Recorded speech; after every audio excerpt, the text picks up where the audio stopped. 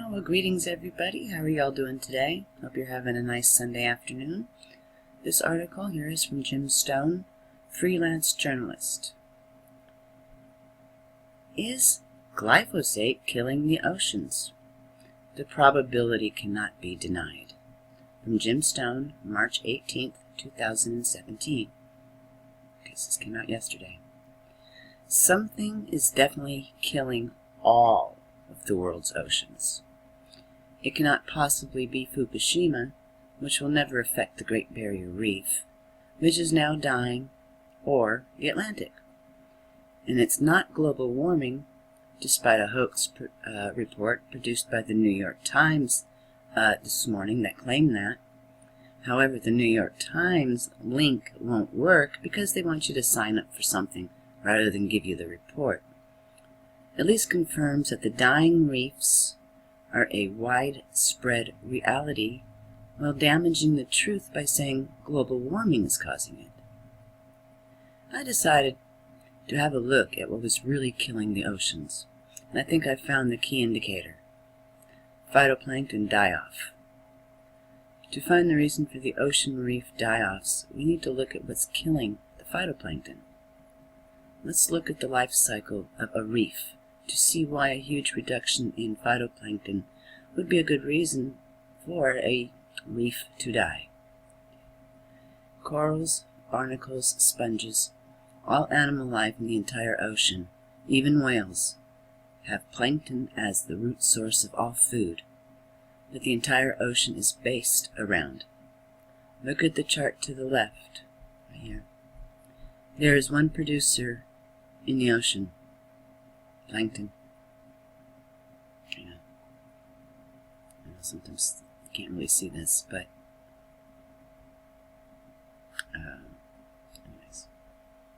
anyways, so I'll give that one up. Okay, here we go. Okay, alright, there you go. I have it enlarged.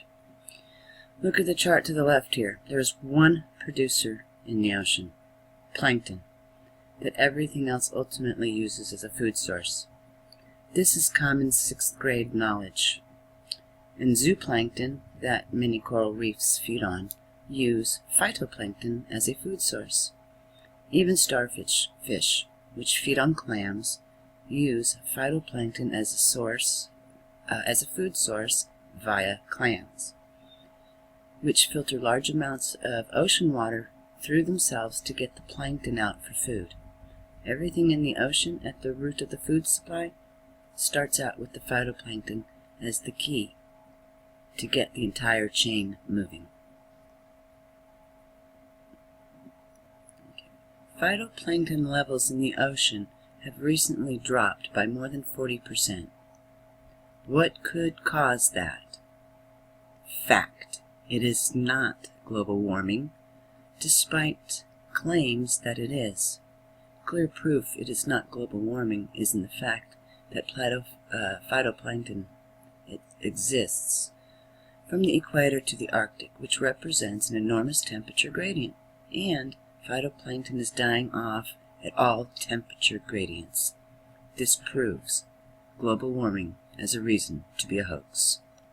To take steps toward the real answer, then, we have to look at exactly what phytoplankton is.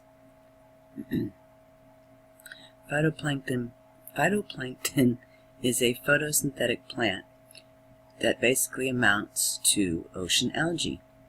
Its biological processes are the same as land-based plants. And what new material has been introduced that kills virtually all land-based plants? The answer? Glyphosate. Hallelujah. Thank you, Monsanto. Killing one species at a time. Okay, all man-made materials have what are called half-lives, which, at the completion of one half-life, still has half of it remaining. Question: how long is glyphosate's half-life in the wild? In most cases, up to 175 days.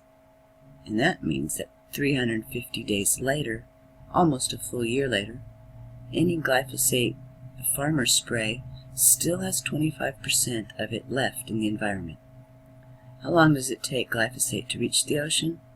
That varies, but in the best case scenario, taking the longest time possible, glyphosate spread in Minnesota, where the Mississippi River starts at a total river average speed of 2.25 miles per hour, will be to the ocean after running off into the Mississippi in 1,050 hours, 43.5 days. If the glyphosate is sprayed on Lake Itasca, okay, that's the longest time it will take. And that means it will hit the ocean with well over 80% of its killing capacity in minimum lethality scenario. Monsanto claims that half-lives in fresh water are as little as 90 days. However, studies have shown that even in fresh water, it can be found over a year after it is applied. Monsanto is liars. Okay, question. The ocean is salty, very alkaline. What happens to glyphosate in that scenario? Answer. It does not go away. You can tell just from this abstract, okay, I'll provide you the link, that glyphosate, when it hits the ocean, is going to suddenly acquire a much longer half-life. Though this group talks about what happens to glyphosate in slightly alkaline pond water, it takes absolutely no leap of logic to figure out what will happen to glyphosate when it hits the ocean. Glyphosate is a salt, and when it is put in the presence of strong salts, it is only rational to conclude the strong salts will act as a permanent preserver when it is proven that even a very low presence of salts can dramatically boost its environmental persistence. Oh, but the oceans are big. They can soak it up, right? Answer.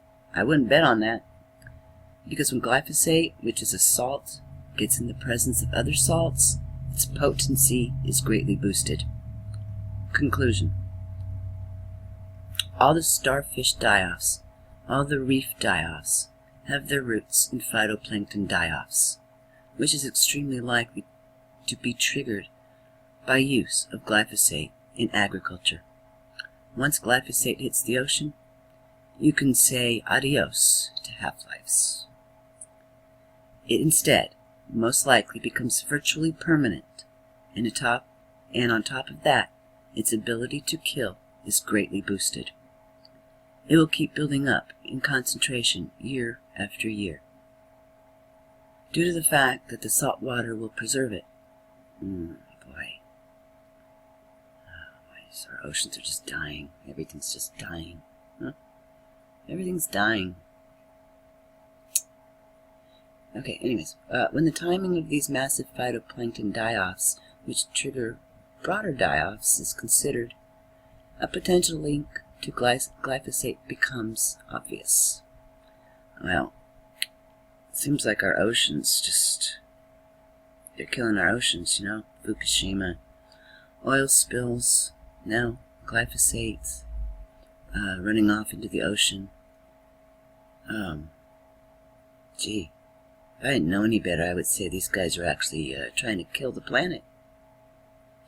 Anyway, so that's it. Okay.